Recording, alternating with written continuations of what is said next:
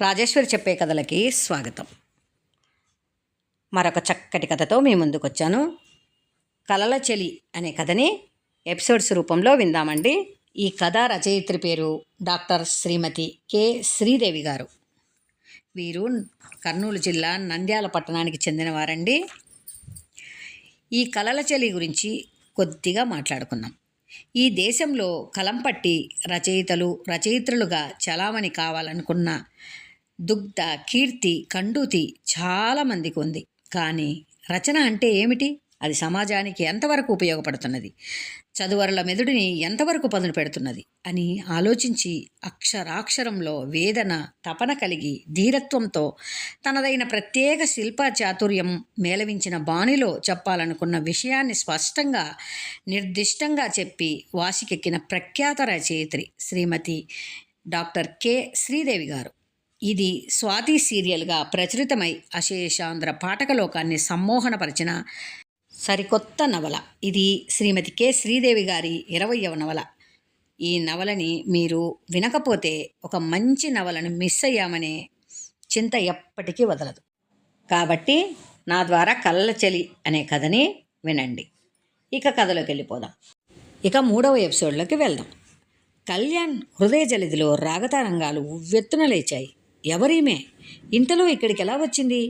ఎవరు చెబుతారు ఈ వివరాలు? తడిసి ఒంటికి అంటుకుపోయిన చీరలో నుంచి ఆమె అవయవ సంపద స్పష్టంగా కనిపిస్తోంది.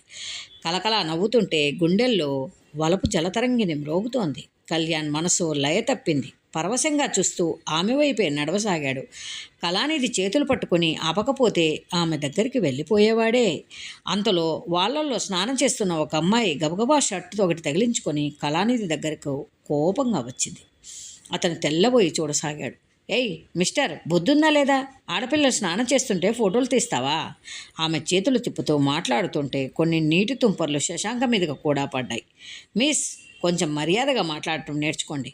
ప్రకృతి సౌందర్యాన్ని ఫొటోస్ తీసుకుంటున్నాం. మిమ్మల్ని కాదు, మిమ్మల్ని మించిన అందగత్తెల్ని చూశాం. మీరు లెక్క అన్నట్లున్న అతడి ధోరణికి ఆ అమ్మాయికి మరింత ఒళ్ళు మండింది. అబద్ధాలు ఆడకండి. మీకంతగా సౌందర్య పిపాసే ఉంటే మేము వెళ్ళిపోయాక తీసుకోండి. మా ఇష్టం వచ్చినప్పుడు తీసుకుంటాం. మీకెందుకు? కళానిధి అంత స్పీడ్గానే సమాధానం చెప్పేశాడు. సుంది, వచ్చేసేయ్, వాళ్ళతో నీకు గొడవెందుకు? వెనక నుంచి మరో కోమలకంఠం హెచ్చరించింది. ఇంకెవరు? ఆమె పేరు అడిగితే బాగుండు. మనసు క్షణం నిలవలేక తహతహలాడిపోయింది. బొత్తిగా పరిచయం లేని వాళ్ళను పేరెలా అడగటం? సందిగ్ధంలో పడిపోయాడు. ఇంతలో మేనక కల్పించుకొని అమ్మాయికేదో సర్ది చెప్పి పంపేసింది. కళానిధి వైపు తిరిగి కోపంగా చూస్తూ అంది. మహానుభావ, నిర్మానుష్యంగా ఉన్న ప్రదేశంలో మీ కళాచాతుర్యం చూపించండి. ఇలా అడుగడుక్కి తగువులు తెస్తే ఎలా? కళానిధి అసంతృప్తిగానే తలాడించాడు. మేనకని చూస్తే అతని కదో విధమైన భయం ఏర్పడింది. పైగా కలవారి ఇంటి గారాబు బిడ్డ. ఇదే ఫారిన్ అయితే అమ్మాయిలు ఎంత ఫ్రీగా ఉంటారు. అడగకుండానే ఫోటోలకి ఫోజులు ఇచ్చేస్తారు. ఏం ఇండియానో ఏమో. శశాంక మిత్రుడి అవస్థ చూసి మెల్లిగా గొనిగాడు. ఆ మాటలకు మేనక పడి పడి నవ్వింది. మిగతా అమ్మాయిలు శృతి కలిపారు. వాతావరణం కాస్త తేలికపడింది కానీ కళ్యాణ్ మనసారా నవ్వలేకపోయాడు. ఏమిటి కళ్యాణ్, ఏదో పోగొట్టుకున్న వాడిలా ఏమిటా ఫోజు? శశాంక కళ్యాణ్ భుజం మీద చనువుగా చెయ్యి వేసి అడిగాడు. ఏమైనా పోగొట్టుకున్నారేమో, మీకేం తెలుసు? ఒక కొంటెపిల్ల చమత్కరించింది. రా బావా, టిఫిన్ తిందువు గాని. మేనక పిలుపుతో ఈ లోకంలోకి వచ్చి పడ్డాడు. అతని కళ్ళు హఠాత్తుగా సంతోషంతో మెలమెలా మెరిశాయి. నరనరాల్లోనూ నూతనోత్తేజం పొంగి పొర్లుతోంది. జలకన్యలా జలకాలాడిన ప్రేమసుందరి స్నేహితురాళ్లతో ఆ వైపే వచ్చింది. ఆ బండ మీదే ఒకవైపు దుప్పటి పరిచి కూర్చున్నారు. చెలికత్తెల మధ్య రాజకుమారిలా మెరిసిపోతోందామె. టిఫిన్ ప్లేట్లు తీసుకొని ఆమె వైపే తదేకంగా చూడసాగాడు. మేనకకి అతడి ధోరణి చూసి చిరాకేసింది. ఏమిటి బావా, నిన్నింతగా ఆకర్షించిన దృశ్యం అంటూ వెనుదిరిగి చూసి అసూయతో ముఖం చిట్లించింది. కళ్యాణ్కి ఆమె కనిపించకుండా అడ్డంగా కూర్చొని, ఇక తిను బావా అంది తను హల్వా స్పూన్తో తీసుకుంటూ. మేనక ఎదుట అలా బయటపడిపోవటం ఇష్టం లేక మెల్లిగా టిఫిన్ తినసాగాడు. గుత్తి వంకాయ కూరోయి బావా, కోరి వండినానోయి బావా అని అవతల గ్రూపులో నుంచి ఒక అమ్మాయి అల్లరిగా పాడుతోంది. అది పూర్తవగానే మరో అమ్మాయి అందుకుంది. ఏనాటికి రాడు ఏలాటి ప్రియుడే అంటూ అమ్మాయిలందరూ నవ్వుకుంటూ వాలుచూపులు విసురుకుంటూ వింటున్నారు. శశాంక కళానిధి చిన్నగా నవ్వుకున్నారు. మేనకని కళ్యాణ్ని చూసి కనుసైగలు చేసుకుని టిఫిన్ తినసాగారు. మీను, వాళ్ళకే మహా పాటలు వచ్చేసినట్లు టేప్ తీసేసి వాళ్ళు పాడేస్తున్నారు. పద్మిని మెల్లని స్వరాన అంది. ఇందాకటి నుంచి వాళ్ళ ధోరణి గమనిస్తున్న మేనకకి అలాగే అని పాటలు రావా? అనుమానంగా ఫ్రెండ్స్ వంక చూసింది. పాటలు రావంటే మన స్త్రీ జాతికే అవమానం అన్న భావన ధ్వనించింది ఆ మాటల్లో. పద్మిని హుషారుగా చేయి కడిగేసుకొని గొంతు సవరించుకొని కూర్చుంది. కభీ కభీ మేరే దిల్ మే ఖయాల్ ఆతా హై. ఆ పిల్ల గొంతు శ్రావ్యంగా సాగిపోతుందా సుందర ప్రకృతిలో. అవతల గ్రూపులో నుండి పంతం ఎక్కువయింది. లైలా మే లైలా అంటూ ఎత్తుకున్నారు. ఆ అమ్మాయి గొంతు చక్కగానే ఉంది. అలా 1 గంట వరకు ఒకరి మీద ఒకరు పోటీలు పడి పాటలు పాడుతూనే ఉన్నారు. శ్రోతలకి ఉత్సాహంగానే ఉంది ఈ సన్నివేశం. పచ్చపచ్చని పడచుదనం, పరుగులు తీసే నవ యవ్వనం, పరువపు గులాబీలు ఆ ప్రదేశంలో పరిమళిస్తున్నాయి. కళ్యాణ్ మనిషి మాత్రమే ఇక్కడున్నాడు, కానీ మనసంతా అమ్మాయి దగ్గరే ఉంది. అమ్మాయిలందరూ చేరి కలల చెలిని రకరకాల భంగిమల్లో నిల్చోమని గొడవ చేస్తున్నారు.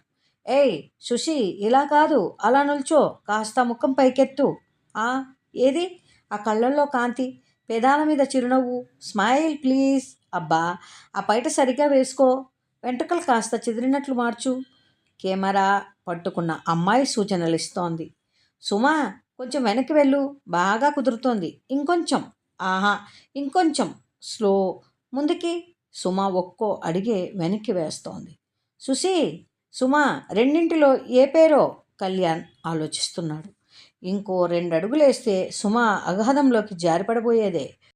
ఫోటో బాగా రావాలన్న ఉత్సాహంలో ఉన్న ఇద్దరమ్మాయిలు ఇదేమీ గమనించలేదు. మరో క్షణంలో జరగబోయే ప్రమాదాన్ని పసిగట్టేశాడు ఆ ప్రేమికుడు. ఒక్క పరుగులో వెళ్ళి ఆమె చెయ్యి పట్టుకుని బలంగా ముందుకు లాక్కున్నాడు. ఆ ఊపికి తను కూడా వెల్లకిలా పడిపోయాడు. సుమ కూడా కళ్యాణ్ మీద పూల గుత్తిలా వాలిపోయింది. ఆ అమ్మాయికేం జరిగిందో అర్థం కాలేదు. ఊహించని ఈ పరిణామానికి నిశ్చేష్టురాలైపోయింది. ఏమైంది, ఏమైందంటూ అమ్మాయిలందరూ చుట్టూ గుమికి ఊడిపోయారు. ఏమయ్యేదా, ఇంకాస్త ఆలస్యం జరిగి ఉంటే మీ ఫ్రెండు అడుగున ఉన్న ఈ లోయలో ఏ చెట్టు కొమ్మకో వేలాడుతూ ఉండేది. లేకపోతే అడ్రస్ కూడా దొరికేది కాదు. ఏమిటండి అంత పిచ్చి, కాస్త ముందు వెనక చూసుకోనక్కర్లేదా? కళానిధి ముందుకొచ్చి కోపంగా కసిరినట్లు అన్నాడు. ఎవరి ధ్యాసలో వారున్న అమ్మాయిలు సిగ్గుతో తలలు వంచుకున్నారు. ఎంత ప్రమాదం తప్పిపోయింది అనుకుంటూ కళ్ళు పెద్దవి చేసి గుండెల మీద చేతులు వేసుకున్నారు. కళ్యాణ్ చటుక్కున సర్దుకొని లేచి నిల్చున్నాడు. సుమ కూడా లేచి దూరంగా నిలబడింది. కళ్యాణ్ వంక కృతజ్ఞత వెళ్లి విరిసే నయనాలతో చూసింది. మేనక కళ్యాణ్ షర్ట్కి షోక్గా అమర్చిన రెడ్ రోజ్ సుమ జడలో చిక్కుకుపోయింది. మేనకకి ఇలా జరగడం బొత్తిగా బాగుండలేదు. చచ్చ, అంత అజాగ్రత్తగా ఉంటే ఎలా? ఇంకొంచెం ఉంటే మా బావ చూడకపోతే ఏమైపోయేది? ముఖం ఎర్రగా చేసుకొని విసుక్కుంది. అమ్మాయిలెవరూ పెదవి కదపలేదు తప్ప తమదే కాబట్టి. కళానిధి సుమని రిక్వెస్ట్ చేశాడు. మీరు కృతజ్ఞత చూపించాల్సిన విధానం ఇది కాదండి. మా గ్రేట్ హీరో మిమ్మల్ని రక్షించాడు కదా, మీరిద్దరూ అలా పక్కపక్కనే నిల్చోండి, ఒక స్నాప్ లాగేస్తాను. ఒక మంచి పనికి మరపురాని తీయని గుర్తుగా మిగిలిపోతుంది ప్లీజ్. అమ్మాయిలందరూ అవును, అలా బాగుంటుంది అంటూ వంత పలికారు. కళ్యాణ్ని సుమని పక్కపక్కనే నిల్చోబెట్టి ఫోటో తీశాడు కళానిధి. ఓకే, థ్యాంక్ యూ అంటూ చిరునవ్వులు చిందించాడు విజయగర్వంతో. మేనక కోపంతో పళ్ళు నూరుకుంది. రాజా ఒక్కడు గదిలో కూర్చొని తన బిజినెస్ వ్యవహారాలు చూస్తున్నాడు. అతని మనసంతా మందాకిని వైపుంది. ఆ వృద్ధురాలి ఆవేదన తెలుసుకోవాలని ఆరాటంగా ఉంది. ఆ క్రితం రోజు జరిగిన సంఘటన అతని యవనికపై సాక్షాత్కరించింది. సుష్మ కలకలా నవ్వినట్లు అనిపించింది. సిగ్గుతో నీళ్ళ గ్లాస్ అందిస్తున్నట్టు కళ్ళుంచి ఆర్తిగా ఆరాధనగా పూర్వకంగా థ్యాంక్స్ అన్నట్లు చూస్తున్నట్లు అనిపించింది. మందాకిని స్వరం అతని తీయని కలని చెరిపివేసింది. కర్రపోటు వేసుకుంటూ రాజాకి సమీపంగా వచ్చింది. ఆమె వయసు ఎంతో చెప్పటం చాలా కష్టం. ప్రపంచంలోని వృద్ధాప్యమంతా ఆమె శరీరాన్ని ఆక్రమించినట్లు ఉంది. నాయనా కళ్యాణ్, నేనెవరో తెలుసా? వణికే స్వరంతో ఆవేదనగా అడిగింది. తెలీదు మా అమ్మగారు, చెప్పండి వింటాను, ఇలా కూర్చోండి అన్నాడు సాధ్యమైనంత మృదువుగా. నీ మనసు చల్లనిది బాబు, అందుకే ధైర్యంగా వచ్చాను. ఇన్నాళ్ళు గుండెల్లో రగులుతున్న అగ్నిని నీ ముందుంచాలని వచ్చాను. ఈ గొప్పవాళ్ళ చరిత్రలు అనుకున్నంత గొప్పగా ఉండవు బాబు. మమకారానికి ఆప్యాయతకి కఠినమైన బంధాలు వేస్తారు. డబ్బుతో ఏమైనా కొనుక్కోగలమంటారు. ఆమె మాటల్లో ఎన్నో ఏళ్ల నాటి అనుభవసారాన్ని పిండిన పరిపూర్ణత వినిపిస్తోంది. ఇంతలో తోటమాలి జావాలి పరిగెత్తుకుంటూ వచ్చాడు. ఈడికొచ్చావేంది మందాకిని? లెగు లెగు, బాబుగారేదో కులాసగా కూకుంటే నీ గోలేంది మధ్యే అంటూ మందాకిని చెయ్యి పట్టి లేవదీయబోయాడు. మందాకిని భయంతో వణికిపోతూ జాలిగా దీనంగా కళ్యాణ్ వంక చూసింది. కళ్యాణ్ మనసు జాలితో కరిగిపోయింది. జాబాలి వినిపించుకోలేదు. మందాకిని చెయ్యి పట్టి లేవదీశాడు.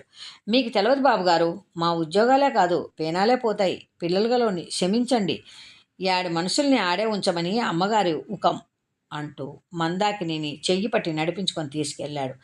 ఆ వృద్ధురాలిని తనతో మాట్లాడకుండా ఎందుకు చేస్తున్నారో కళ్యాణ్కి ఎంత ఆలోచించినా అర్థం కాలేదు. తిరిగి వచ్చిన జావాలి కళ్యాణ్ మనోభావాలను గుర్తించిన వాడిలా సంజాయిషి చెప్పాడు. శాదస్తం బాబుగారు, తమరి తాతగారి కాన్నించి ఈ దివాణంలోనే పనిచేసింది. పిచ్చిగా ఏదేదో వాగుద్ది. ఆయన్ని మీరింటం దేనికని అమ్మగారే తమరి దగ్గరికి రానియొద్దన్నారు. అంతేనండి బాబు, మరేం లేదు వంగి వినయంగా అన్నాడు. ఆ మాత్రం దానికే ఇన్ని ఆంక్షలు ఎందుకు? ఆమె తనతో ఏదో చెప్పాలనుకుంటుంది.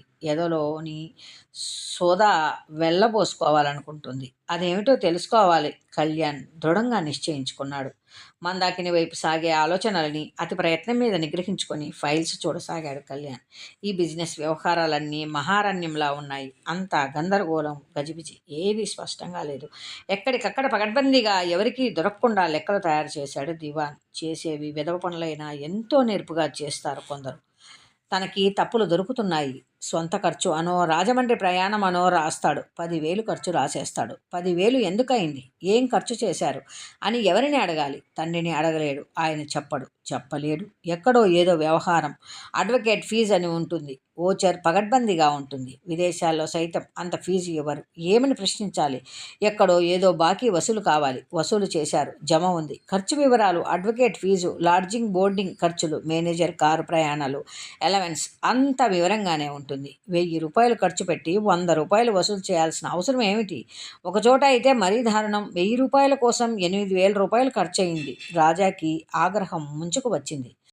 కాలింగ్ బెల్ కొట్టి దీవాన్ని పిలిపించాడు. శివమూర్తి నక్క వినయాలు ప్రదర్శిస్తూ వచ్చాడు. రాజావారు పిలిపించారా? ఆహా, మిమ్మల్ని ఇలా చూస్తూ ఉంటే స్వర్గంలో దేవేంద్రుని చూసినట్టే ఉంది. అచ్చు హాలీవుడ్ హీరోలా ఉన్నారు బాబు. ఈ కళ్యాణ నిలయానికి కంటి వెలుగు మీరే. ఇన్నాళ్ళు మీరు లేక ఈ రాజప్రసాదం. శివమూర్తి గారు, నన్ను పొగడటానికి కాదు మిమ్మల్ని పిలిపించింది. కనుబొమ్మలు ముడివేసి తీవ్రంగా చూశాడు. శివమూర్తి చిరునవ్వు నవ్వుతూ నిలుచున్నాడు. అతనికి రాజా వ్యవహారం బాగా అర్థమవుతోంది. తండ్రిలా జలసా పురుషుడు కాదు. అన్ని వ్యవహారాలకు తన మీద ఆధారపడడు. తనని మేనమామని లెక్కించటం లేదు. ఇలా ఎన్నాళ్ళో సాగదు. దీపముండగానే ఇల్లు చక్కబెట్టుకోవాలి అనుకుంటున్నాడు. లేదా ఎత్తుకు పై ఎత్తు వేసి రాజా ఆట కట్టించటం. పిలిపించారట, వచ్చి 2 నిమిషాలైనా రాజా కూర్చోమనకపోవటం, ఫలానా అని ప్రశ్నించకపోవటంతో అతడికి మంటగా ఉంది. అయినా కార్యవాది గనుక నెమ్మదిగా ప్రశ్నించాడు. పిలిపించాను అన్నట్లు తలాడించాడు రాజా. ఆ గంభీరతకు, ఆ టీవీకి మనసులో ఒక క్షణం పాటు జోహార్ అనుకున్నాడు. ఇలాంటి పరిపాలనా దక్షులుంటే ఈ జమీలు ఇలా అయ్యేవా అనుకున్నాడు. మళ్ళీ 5 నిమిషాలు అతి భారంగా గడిచాయి. కపోతవరంలో మన భూములు సాగు చేస్తున్న రామయ్య మనకు బాకీ 800, వడ్డీ 200 వసూలు చేశారా? చిత్తం అన్నట్టు తలూపాడు. థ్యాంక్స్. మనకి ఎవరూ అప్పులు ఎగవేయకుండా చూడాలి. అది మీ డ్యూటీ. మా కుటుంబానికి ఆస్తి వ్యవహారాలని చూస్తున్న మీ బాధ్యత. అవునండి. కానీ అంతలో రాజా కంఠం కంగుమని మోగింది. ముఖంలో నరాలు బిగుసుకున్నాయి. కళ్ళు కోపంతో అరుణిమదాల్చాయి. 1,000 రూపాయల కోసం 8,000 ఖర్చు చెయ్యకూడదు. అది అవివేకం, దివాలా కోరుతనం. మనం నష్టపోతున్నాం. ఆ పేద రైతును బాధిస్తున్నాం. మధ్యన కార్లకు, లాడ్జింగులకు, అడ్వకేట్స్కి ఖర్చు చేశాం. ఎంత ఫీజు, ఎంత ఖర్చు? నో, ఇక ముందు అలా జరగకూడదు. కానీ చిన్నబాబు గారు గొంతు సవరించుకున్నాడు. మీకు కొన్ని విషయాలు తెలియవు. అతని మాటలు పూర్తి కాకుండానే చప్పున సమాధానం ఇచ్చాడు. దయచేసి ఇక ముందు నాకు తెలియవు అనుకోకండి. I know everything. I know what you are. Shivamurthy నోరు మూసుకున్నాడు. మరి మన వ్యవహారాలు ఎలా అన్నాడు మెల్లగా. ఇక నుంచి ప్రతిదీ నాతో సంప్రదించండి. ఈ అడ్వకేట్ని మార్చండి. కానీ ఆయన మీ మామగారికి, నాన్నగారికి కావలసిన ఫ్రెండ్. రేపు నా ఫ్రెండ్ని పిలిపిస్తాను. అతన్ని మన లాయర్గా నియమిద్దాం. చాలా ఇంటెలిజెంట్. చిక్కు సమస్యలని ఇట్టే పరిష్కరిస్తాడు. కేసుకి 100 రూపాయల ఫీజు ఇస్తే చాలు. ఈ రోజుల్లో 100 రూపాయలకి మీ ఇష్టం. అతనెవరో చెట్టు కింద ప్లీడర్ అయి ఉంటాడు. దివాన్ గారు రాజా కంఠం ఆ గదిలో మారుమోగింది. అతను హైకోర్టులో లీడింగ్ లాయర్, నా బెస్ట్ ఫ్రెండ్. సలహాకి ఆ మాత్రం చాలు. చిత్తం. మళ్ళీ ఒక క్షణం నిశ్శబ్దం. ఈ పేపర్స్ వ్యవహారం మాటేమిటి? అతను సమాధానం ఇవ్వలేదు. స్పీకౌట్ గర్జించాడు రాజా. బాబు, ఇది పెద్దవాళ్ళ వ్యవహారం. నేను మీ మధ్య తలదూరిస్తే 2 కొండల మధ్య పొట్టేలులాగా చస్తాను. మీలో తప్పు లేకపోతే భయం ఎందుకు? నిజం చెప్పండి. మీకేం అపకారం జరగదు. నాన్నగారికి డబ్బు అత్యవసరం. అదే ఆయన తిరుగుళ్ళకి అవసరమైనప్పుడు షేర్స్ మీ అమ్మగారికి తెలియకుండా అమ్మేశాను. అంటే నేనే అమ్మాననుకోండి, ఆయన ఆజ్ఞ మేరకి. ఇతరులు కొనేదానికంటే మీ మామగారు కొంటే మన పరువు నిలుస్తుంది, మన ఆస్తి నిలుస్తుంది కదా అని అన్నీ ఆయనకే సరైన ధరకే అమ్మేశాను. ఎటు తిరిగి అది మీకు మేనకమ్మ ద్వారా వచ్చేదే కదా. ఊరిస్తున్నట్లుగా అతను అంటుంటే రాజాకి పిచ్చి కోపం వచ్చేసింది. ఒక్క క్షణం పెదవి చిట్లిపోతుందా అనిపించింది. ముంచుకొచ్చే ఆగ్రహాన్ని అతి ప్రయత్నం మీద నిగ్రహించుకున్నాడు. ఉచ్చులు బిగిస్తున్నారని గ్రహించాడు. సరే, మీరు వెళ్ళండి. ఇక ముందు ఏదీ నన్ను అడగందే చెయ్యొద్దు. చిత్తం. పులిని పిల్లిలా చేశాననుకున్న దివాన్ లోపల నవ్వుకుంటూ వెళ్ళాడు. రాజా సరాసరి తండ్రి దగ్గరకు వచ్చాడు. జగన్మోహన్ రావు విశ్రాంతిగా మంచం మీద పడుకొని ఉన్నాడు. ఆయన గది ఇంద్రభవనంలా ఉంది. ఏ పక్క చూసినా వంపు సొంపులు ప్రదర్శిస్తున్న నగ్న సుందరీమణుల చిత్రాలు, మెలమెలా మెరిసిపోయే ఆయిల్ పెయింట్స్. వాటిలో ఎక్కువ శృంగార చిత్రాలే. అదొక చిన్న సైజు శృంగార సామ్రాజ్యంలా ఉంది. జగన్మోహన్ రావు కళ్ళ నిండా లాలస నిండి ఉంది. ప్రపంచంలోని సౌఖ్యాలన్నీ డబ్బు పారేసి కొనుక్కొని జురుకోవాలన్న పిపాస ఉంది. ఆయన నవ్వులో నాకేదీ ఎదురు లేదు అన్న ధీమా కనిపిస్తున్నాయి. పనిపిల్ల అందిస్తున్న పీటర్ స్కెచ్ కొద్ది కొద్దిగా చప్పరిస్తున్నాడు. కళ్యాణ్ని చూడగానే ఓ అంటూ కనుబొమ్మలెగరేశాడు. రాజా ఆ వాతావరణాన్ని సహించలేకపోయాడు. తండ్రి అన్న పవిత్ర భావం ఏదో మనసులో నుండి తుడుచుకుపోతున్నట్లుగా అనిపించసాగింది. ఈ ధనవంతుల అధికార మదంతో ఇలా వ్యవహరించబట్టే కదా ఈ దుస్థితి వచ్చింది. ఈ జల్సాలు, ఈ భోగాలు లేకుండా అంత మామూలుగా బ్రతికితే ఇన్ని లాభాలు, ఇంత ఆరాటం, ఇంత పోరాటం. జీవితంలో నిత్య సమరం అక్కర్లేదు. మామూలు మనిషి కూడా సుఖంగా బ్రతికే ధరకే అన్ని వస్తువులు ఇవ్వవచ్చు అనుకున్నాడు. ఏమిటి కళ్యాణ్, ఎలా వచ్చావు? గొంతులో సాధ్యమైనంత పుత్రప్రేమ రంగరించాలని చూశాడు. మన బిజినెస్ వ్యవహారాలన్నీ ఇక నుంచి నేనే చూస్తాను. ఇప్పుడేం వచ్చింది? అంతా దొంగలు జత అయ్యారు. మనల్ని నిలువునా దోచేస్తున్నారు. ఇలా అయితే మనం ఖాళీ అయిపోతాం అని చెప్పాలనిపించినా అతను మౌనమే వహించాడు. కొన్ని విషయాలు మనం చెప్పకుండానే ఎదుటివారు గ్రహించగలిగితే ఎంత బాగుంటుంది అనిపిస్తుంటుంది కళ్యాణ్కి. రాజా గంభీరంగా పిలిచాడు ఆయన. మనం గొప్పవాళ్ళం. అంతులేని ఐశ్వర్యం ఉంది. రోజు రోజుకి పెరుగుతుంది. నువ్వు ఫారిన్లో చదివి వచ్చావు. అది నాకు గ్రేట్. నేను సాధించలేనిది నీవు సాధించావు.